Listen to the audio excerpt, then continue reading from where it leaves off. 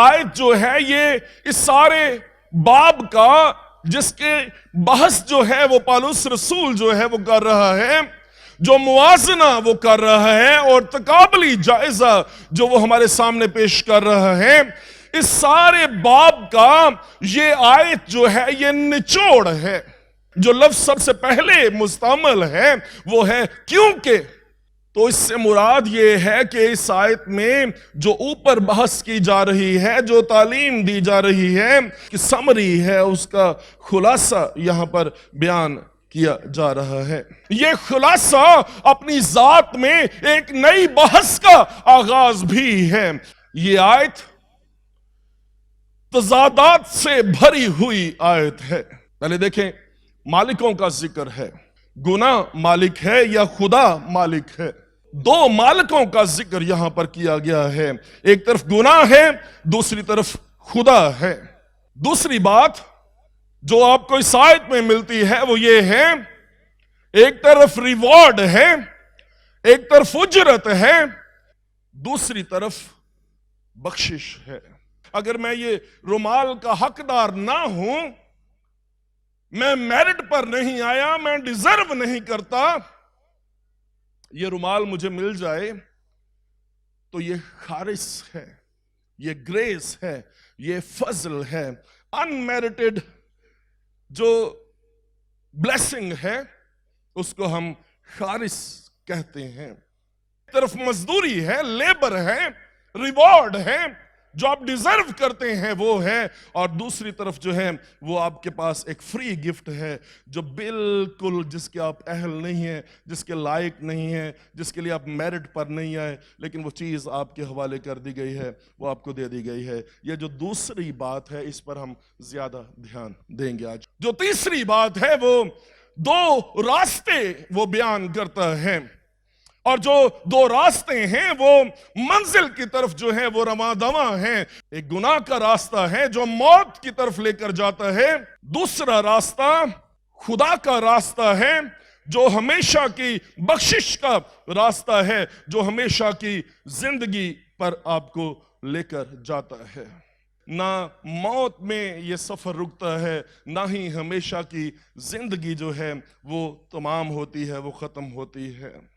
Bible مقدس جو ہے واضح طور پر یہ بتاتی ہے، دو باتوں کو ہر جگہ پر موازنے کے طور پر رکھتے ہیں۔ وہ کہتا ہے ایک عقل مند آدمی تھا جس نے اپنا گھر چٹان پر بنایا تھا، دوسرا جو آدمی تھا وہ بے وقوف تھا، اس نے اپنا گھر ریت پر بنایا۔ وہ کشادہ راستے کی بات کرتا ہے اور وہ تنگ راستے کی بات کرتا ہے، وہ بھیڑوں کو بکریوں سے جدا کرتا ہے، اور کوئی بھی تیسرا راستہ نہیں ہے۔ یا آپ بھیڑوں میں ہیں یا آپ بکریوں میں ہیں، یا آپ دائیں طرف ہیں یا بائیں طرف ہیں، اور آپ درمیان میں نہیں ہو سکتے۔ یا آپ کشادہ راستے پر ہیں یا آپ سکڑے ہوئے راستے پر ہیں، یا آپ تنگ دروازے میں ہیں یا آپ کشادہ دروازے میں داخل ہو گئے ہیں، یا آپ چٹان پر بنائیں گے یا آپ ریت پر بنائیں گے، دونوں طرف آپ نہیں بنا سکتے۔ رنگ فرق ہو سکتے ہیں، قبیلے فرق ہو سکتے ہیں، ملک فرق ہو سکتے ہیں، جو جغرافیائی حدود ہیں وہ فرق ہو سکتی ہیں، لیکن خدا کے نزدیک صرف دو حالتیں ہیں، یا آپ فور ہیں یا آپ اگینسٹ ہیں۔ ان دونوں کے درمیان میں کوئی تیسرا راستہ نہیں ہے۔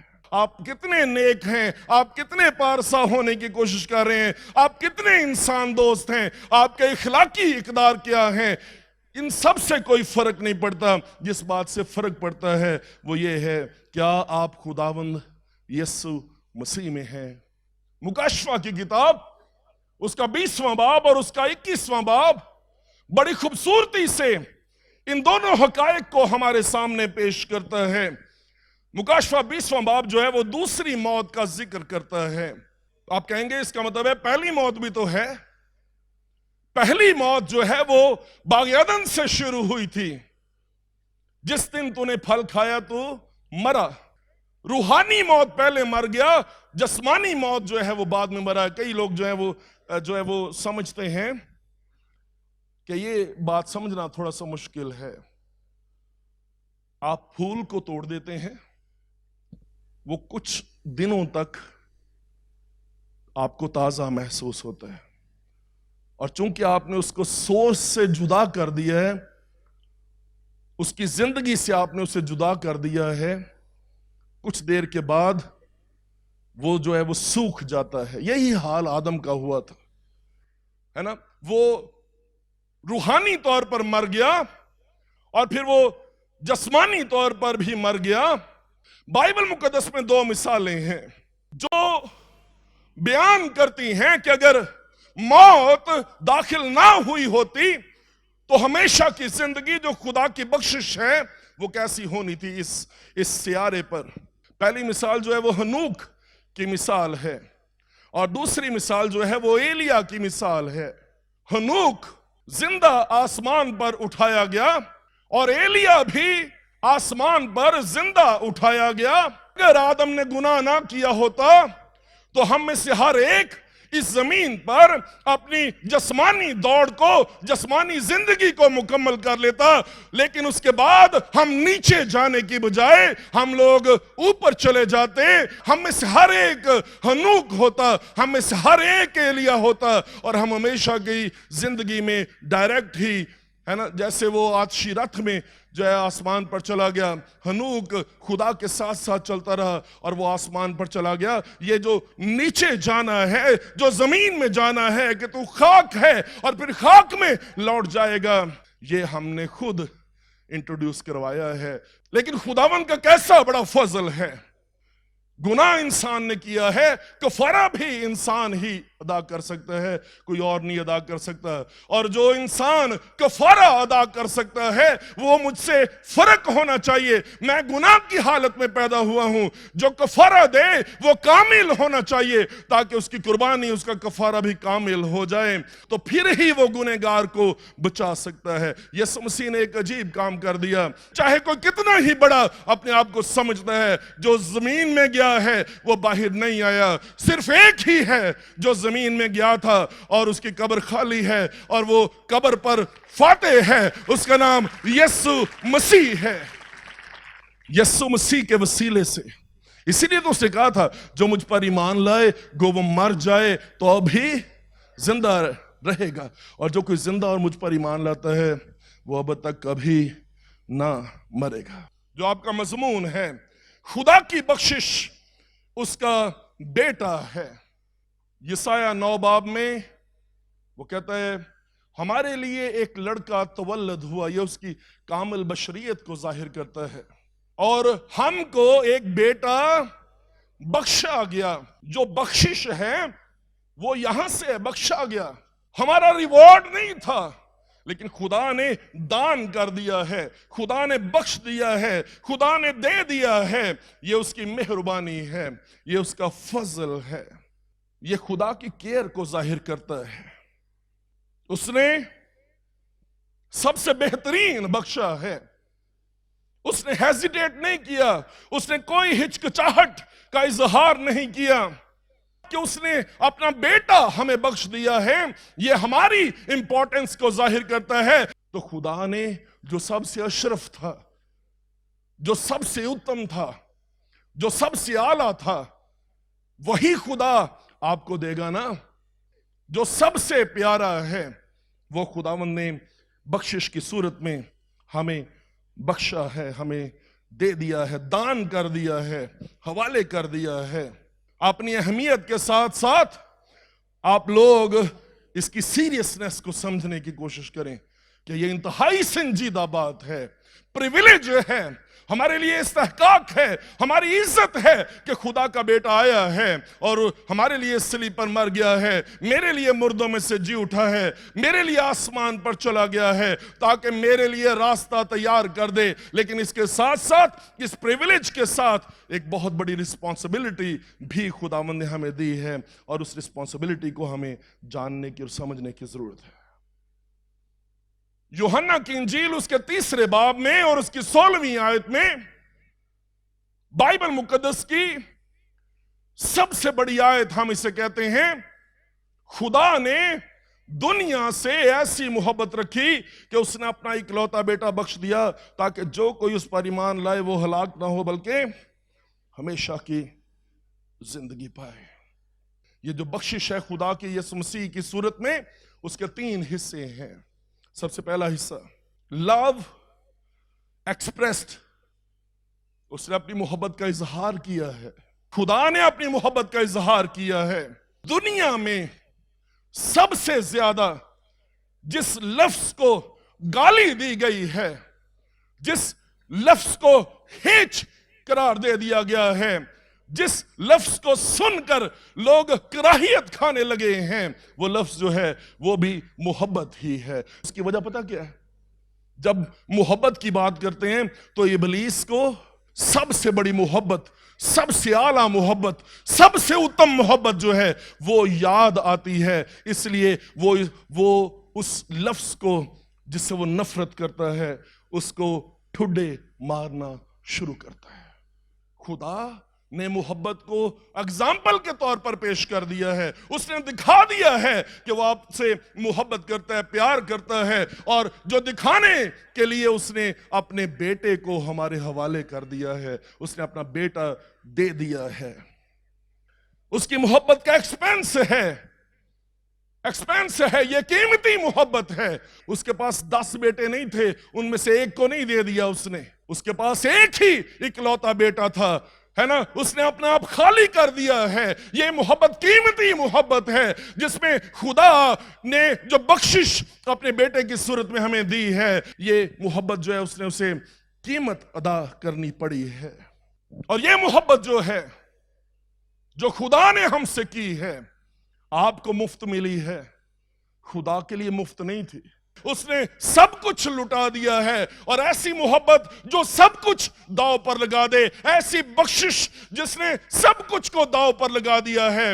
خدا نے بہت بڑا رسک لے لیا ہے، اور جو رسک اس نے لیا ہے اس نے اپنا آپ خالی کر کے آپ کے حوالے کر دیا ہے. اس سے بڑا رسک اور کون لے گا؟ بائبل مقدس کو کھولیں، فلپیوں کے نام کا خط، اس کا 2 باب 6 آیت میں لکھا ہے، اس نے اگرچہ خدا کی صورت پر تھا، خدا کے برابر ہونے کو قبضے میں رکھنے کی چیز نہ سمجھا. وہ جو خدا کے برابر تھا، وہ جو خدا کی صورت پر تھا، اس نے خدا کے برابر ہونے کو، خدا کی صورت پر ہونے کو اس نے قبضے میں رکھنے کی چیز نہیں سمجھا، بلکہ اپنے آپ کو خالی کر دیا. ہمیں بخشش ملی ہے، ہمیں مفت ملی ہے. یسوع مسیح کے لیے مفت نہیں تھی، اس نے اپنے آپ کو خالی کر دیا.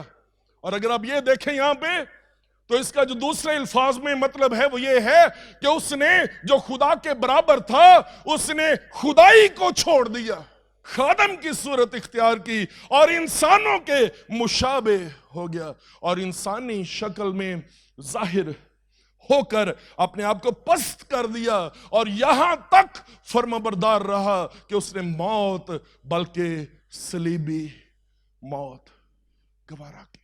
یہ نجات ثواب کمانے پر بھی منحصر نہیں ہے، یہ نجات کی قیمت پہلے سے ادا کر دی گئی ہے. ہم نے صرف اسے مفت حاصل کر لینا ہے. یہ خدا کی بخشش ہے.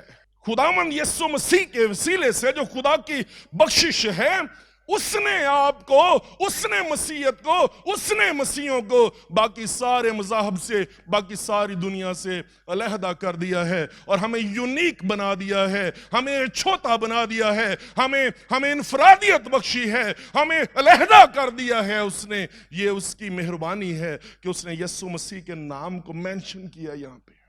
اور اگر آپ اسے سمجھنا چاہتے ہیں، مقدس یسایہ نبی کا صحیفہ دیکھیں اور اس کا 53واں باب، ہمارے پیغام پر کون ایمان لایا. اب پیغام کیا ہے؟ پیغام یہی ہے کہ وہ جو خدا کی صورت پر تھا اس نے خدا کے برابر ہونے کو قبضے میں رکھنے کی چیز نہ سمجھا. نہ اس کی کوئی شکل و صورت ہے، نہ خوبصورتی. اور جب ہم اس پر نگاہ کریں تو کچھ حسن و جمال نہیں کہ ہم اس کے مشتاق ہوں. کوئی ڈیزائر نہیں ہے ہم میں کہ ہم یسوع مسیح کی طرف دیکھیں، ہم یسوع مسیح کو چن لیں، ہم یسوع مسیح کے حق میں فیصلہ کر دیں. کوئی ڈیزائر نہیں ہے، ہم اس کے مشتاق ہی نہیں ہیں. وہ آدمیوں میں حقیر و مردود، مرد غمناک اور رنج کا آشنا تھا. حقیر و مردود، وہ رد کر دیا گیا. اور یہ جو جگہ جسے ہم گلگتا کے نام سے جانتے ہیں، جہاں پہ یسوع مسیح نے اپنی جان دی ہے، 3 باتوں کی وجہ سے یہ جگہ جانی جاتی تھی۔ گلگتا کا جو مقام تھا یہ کوڑا پھینکنے کے لیے استعمال ہوتا تھا۔ وہ حقیر و مردود جب اسے کہا گیا ہے تو جو چیزیں ریجیکٹڈ ہوتی ہیں وہ انہیں ہم کوڑا سمجھتے ہیں، اور گلگتا کے مقام پر یہی ہوا تھا جہاں پہ یسوع مسیح نے الف ننگے ہو کر صلیب پر اپنی جان دی تھی، وہ رد کیا ہوا تھا۔ پھر اس کے بعد یہ جگہ کھلی قبروں کی جگہ تھی، اسے اوپن گریو کہا جاتا تھا، کیونکہ جو لاوارث لاشیں ہوتی تھیں، مثال کے طور پہ شہر کے اندر جو فقیر مر جاتے تھے، ہلاک ہو جاتے تھے، ان فقیروں کو اٹھا کر اس جگہ پر پھینک دیا جاتا تھا۔ اسی لیے اسے کھوپڑی کا مقام بھی کہا جاتا ہے، کیونکہ یہاں پہ بہت ساری کھوپڑیاں تھیں، لاشوں کو دفنایا نہیں جاتا تھا بلکہ اس جگہ پر پھینک دیا جاتا تھا۔ یہ مقام، تیسری بات، رومی صلیب دینے کے لیے بھی استعمال کرتے تھے۔ خدائی کو اس نے علیحدہ کر دیا، اپنے آپ کو خالی کر دیا، خادم کی صورت اختیار کی، انسانوں کے مشابہ ہو گیا ہے۔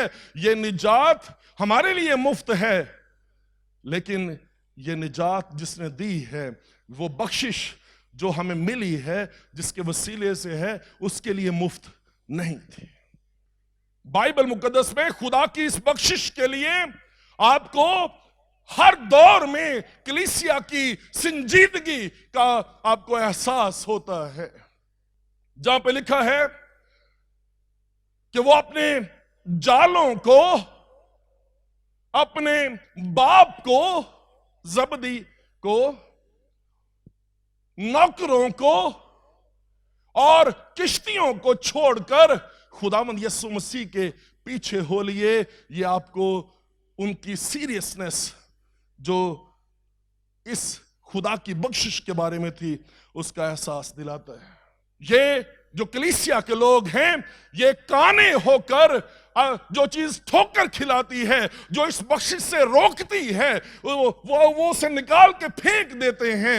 وہ کانے ہو کر اور وہ ٹنڈے ہو کر خدا کی بادشاہی میں داخل ہونا پسند کرتے ہیں، بجائے اس کے کہ 2 آنکھیں رکھتے ہوں اور آتش جہنم میں ڈالے جائیں، بجائے اس کے کہ 2 ہاتھ رکھتے ہوں اور آتش جہنم میں ڈالے جائیں۔ اور تاریخ کے ہر ایک حصے میں کلیسیا نے قیمت ادا کی ہے۔ 12 رسول، ان میں سے صرف 1 طبعی موت مرا ہے، باقی 11 جو ہیں انہوں نے جام شہادت نوش کیا ہے، انہوں نے اپنا خون بہایا ہے۔ یہ اس بخشش کی سنجیدگی ہے۔ پالوس کا سر روم شہر میں قلم کیا گیا نیرو بادشاہ کے دور میں، اور یہ کہا جاتا ہے اس کی کھوپڑی جب زمین پر گری، ان 3 جگہوں پر پانی کے چشمے پھوٹ نکلے جو آج بھی موجود ہیں۔ پترس روم شہر کی اظہار ثانی کے وقت میں وہ وہاں سے بھاگ رہا تھا۔ جب وہ شہر سے باہر نکلا تو اسے سامنے سے خداوند یسوع مسیح صلیب اٹھا کر روم شہر کی طرف جاتا ہوا نظر آیا، اور پترس خداوند یسوع مسیح سے کہنے لگا کہ خداوند یسوع تو کہاں پہ جا رہا ہے؟ خداوند یسوع مسیح اسے کہتا ہے، پترس میں تیری جگہ پر ایک بار پھر سے مصلوب ہونے کے لیے جا رہا ہوں۔ یہ دیکھ کر پترس خداوند یسوع مسیح کے قدموں میں گرا، زار و قطار رونے لگا، اور یسوع مسیح سے کہنے لگا، خداوند تو روم شہر میں نہیں جائے گا، میں واپس جاؤں گا اور میں اس صلیب کو برداشت کروں گا۔ اور جب اسے صلیب چڑھانے لگے، اس نے یہ کہا، مجھے سیدھا صلیب نہ دینا، مجھے الٹا صلیب دینا، کیونکہ جہاں پہ میرے خداوند کے پاؤں تھے وہاں پر میرا سر ہونا چاہیے۔ خدا کی بخشش جو مفت ملی ہے، اس کی سنجیدگی کو کلیسیا سمجھتی ہے، اور اس کے لیے انہوں نے اپنی جانیں نچھاور کر دی ہیں، اپنے آپ کو دے دیا ہے، لیکن اس کو آنچ نہیں آنے دی۔ اندریاس، جسے ہم اینڈریو کے نام سے جانتے ہیں، یہ لینڈ آف مین ایٹرز کے درمیان میں روس میں گیا، موجودہ روس جو ہے وہاں پہ گیا، جسے اس وقت میں جو آدم خور زمین کہا جاتا تھا، وہ ایشیا کوچک اور ترکی میں خداوند کے کلام کو سناتا رہا، اور اندریاس جو ہے وہ ترکی میں مصلوب کر دیا گیا۔ توما، 4 سپاہیوں نے نیزہ مار کے توما کے دل کو چھلنی کر دیا، اور اس نے خداوند کے لیے اپنی جان دے دی۔ مقدس متی فارس اور ایتھوپیا میں جب اس نے خدمت کر رہا تھا، اسے خنجر مار کر شہید کر دیا گیا۔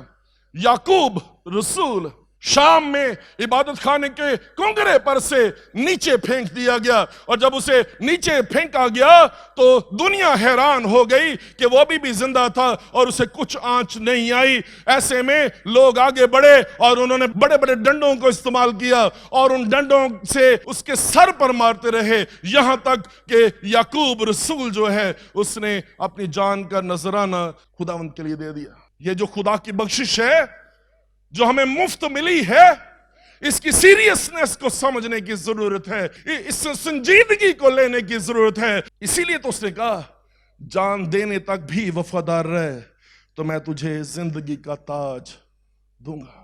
جان گریفت ایک شخص تھا، اوکلاہوما میں رہتا تھا، اس کی ایک بیوی اور اس کا ایک بیٹا تھا۔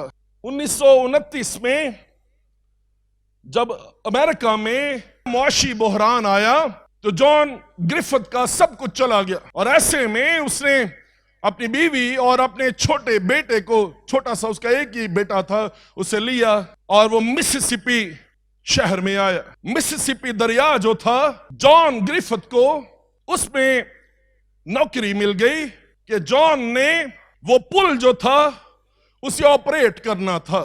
جب ٹرین آتی تھی اس برج کو نیچے کر دیا جاتا تاکہ ٹرین گزر جاتی، اور ٹرین کے بعد اس برج کو اٹھا دیا جاتا تاکہ بحری جہاز جو ہیں وہ گزر سکیں۔ 1937 میں اس کا بیٹا 8 سال کا ہو گیا، جو اس کے خوابوں کا، اس کی زندگی کا اور اس کے خاندان کا مرکز بن گیا۔ جان اپنے بیٹے میں اپنے آپ کو دیکھنے لگا کہ میرا بیٹا میرے خوابوں کو پورا کرے گا، میرا بیٹا کس طرح سے میرا بازو اور میرا سہارا بن جائے گا۔ 8 سال کی عمر میں اس کا بیٹا گریگ اس کے پاس وزٹ کرنے کے لیے اس برج پر چلا گیا۔ جان اور اس کا بیٹا گریگ وہ دریا کے کنارے ڈیک پر گئے، اور ڈیک پر بیٹھ کے انہوں نے لنچ کیا۔ وہ ڈیک پر بیٹھ کے باتیں کر رہے کہ ایسے میں ٹرین کی وسل کی آواز آئی، اور اسے احساس ہوا کہ 1:07 ہو گئے ہیں اور ٹرین جو ہے وہ آ رہی ہے، اور برج جو ہے اس کو نیچے کرنا ہے تاکہ یہ 400 لوگ جو اس ٹرین میں بیٹھے ہوئے ہیں یہ بڑی آسانی سے اس پل کو پار کر جائیں۔ اس نے اپنے بیٹے گریگ سے یہ کہا یہیں پہ بیٹھے رہنا، اور میں جو ہے وہ جا کے لیور کو کھینچتا ہوں تاکہ برج نیچے ہو جائے۔ اپنے کیبن میں پہنچ کے اس نے شیشے کی کھڑکیوں میں سے جو ہے ایک آخری بار اس نے دریا کو دیکھا کہ کہیں کوئی بحری جہاز تو نہیں گزر رہا، اور اسے تسلی ہوئی کہ کوئی بحری جہاز نہیں گزر رہا۔ پھر اس نے جو بڑی بڑی گراریاں تھی، جتنی مشینری تھی، اس کو دیکھا، اور پھر وہ دیکھ کر انتہائی پریشان ہو گیا کہ اس کا بیٹا جسے وہ ڈیک پر چھوڑ کے آیا تھا اس کے پیچھے چلتا ہوا اوپر آنے کی کوشش میں ان گراریوں پر گر گیا ہے، اور اس کی ٹانگ جو ہے ان گراریوں میں پھنسی ہوئی ہے اور خون آلودہ ہے۔ جان سوچنے لگا کہ میں بھاگ کے نیچے جاؤں اور اپنے بیٹے کو چھڑا لوں، اور ایسے میں ٹرین کی وسل کی آواز ایک بار پھر سے آئی۔ جان جو ہے اس نے محسوس کیا کہ اگر میں بھاگ کے نیچے جاؤں گا، اپنے بیٹے کو چھڑانے کی کوشش کروں گا، ایسے میں ٹرین آ جائے گی اور یہ 400 لوگ جن سے یہ ٹرین بھری ہوئی ہے وہ سارے لقمہ اجل بن جائیں گے، وہ سب ہلاک ہو جائیں گے۔ ایسے میں جان کو فیصلہ کرنا تھا، اور اس نے فیصلہ کیا۔ اس نے اپنی آنکھوں پر اپنے بازو کو رکھا اور زور سے چلایا۔ وہ جانتا ہے کہ جیسے ہی وہ لیور کو کھینچے گا اس کا بیٹا ان گراریوں میں پھنس جائے گا، اور پھنس کے وہ کچلا جائے گا, اس کا قیمہ بن جائے گا اور اس کی ہڈیاں بھی کچل ڈالی جائیں گی. انتہائی مشکل حالات میں اس نے اپنا بازو اپنی آنکھوں پر رکھا اور اس نے لیور کو کھینچ دیا, کیونکہ وہ 400 لوگوں کی زندگی کا دار و مدار اس پل کے نیچے ہونے پر تھا.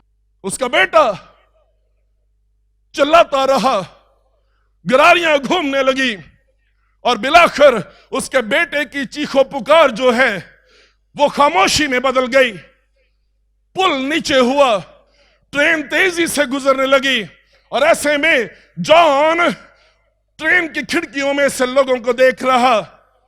کوئی بیٹھ کے اخبار پڑھ رہے, کوئی بیٹھ کے تاش کھیل رہے, کوئی بیٹھ کے چائے پی رہا ہے. اس نے دیکھا کہ ٹکٹ کلیکٹر جو ہے وہ پیسے گن رہے, اور ایسے حالات میں جان زور زور سے شیشے پر مارنے لگا اور وہ یہ کہنے لگا, لوگو تمہیں کیا ہوا ہے, لوگو تمہیں کیا ہوا ہے, کیونکہ تمہاری زندگی کے لیے, تمہاری نجات کے لیے, تمہارے بچانے کے لیے میں نے اپنے بیٹے کو کچل دیا ہے. آج شام خدا یہی بات سٹونز آباد کی کلیسیا کو کہتا ہے کہ لوگو تمہیں کیا ہوا ہے, تمہیں بچانے کے لیے میں نے اپنے بیٹے کو کچل دیا ہے, میں نے اپنا آپ خالی کر دیا ہے. اس نے خادم کی صورت اختیار کی ہے, انسانوں کے مشابہ ہو گیا ہے, وہ آدمیوں میں حقیر و مردود, مرد غمناک اور رنج کا آشنا بن گیا ہے. ہم نے اسے خدا کا مارا کوٹا اور ستایا ہوا سمجھا ہے. ہماری کلیسیاؤں میں اگر آج بھی یہ کہا جائے کہ ہم سب بھیڑوں کی مانند بھٹک گئے, ہم میں سے ہر ایک آج بھی اپنی اپنی راہ لے رہا ہے, لیکن خدا کی بخشش دیکھیں کہ اس نے ہم سب کی بدکرداری کو اپنے بیٹے پر لاد دیا ہے. یہ مفت بخشش ایک بہت بڑی ذمہ داری کو ہمارے سامنے رکھتی ہے, اور میری یہ دعا ہے اگر آپ خدا کی اس مفت بخشش کے مزہ کو چکھ چکے ہیں تو میں اپنی بیٹیوں سے اور اپنے بیٹوں سے یہ کہنا چاہتا ہوں, میں اپنے بھائیوں سے اور اپنی بہنوں سے یہ کہنا چاہتا ہوں, اگر آج آپ نے اس مفت بخشش کو, اس کی قیمت کو سمجھ لیا ہے تو پھر اپنی زندگیاں پورے طور پر خداوند کے حوالے کر دیں, اپنا آپ اسے دے دیں اور اسے کہیں خداوند اس لمحے کے بعد میں تیرا ہوں, میں تیری ہوں. خدا میری زندگی پر, میری روح بدن و جان پر تیرا حق ہے اور تیرے سوا کسی اور کا حق نہیں ہے.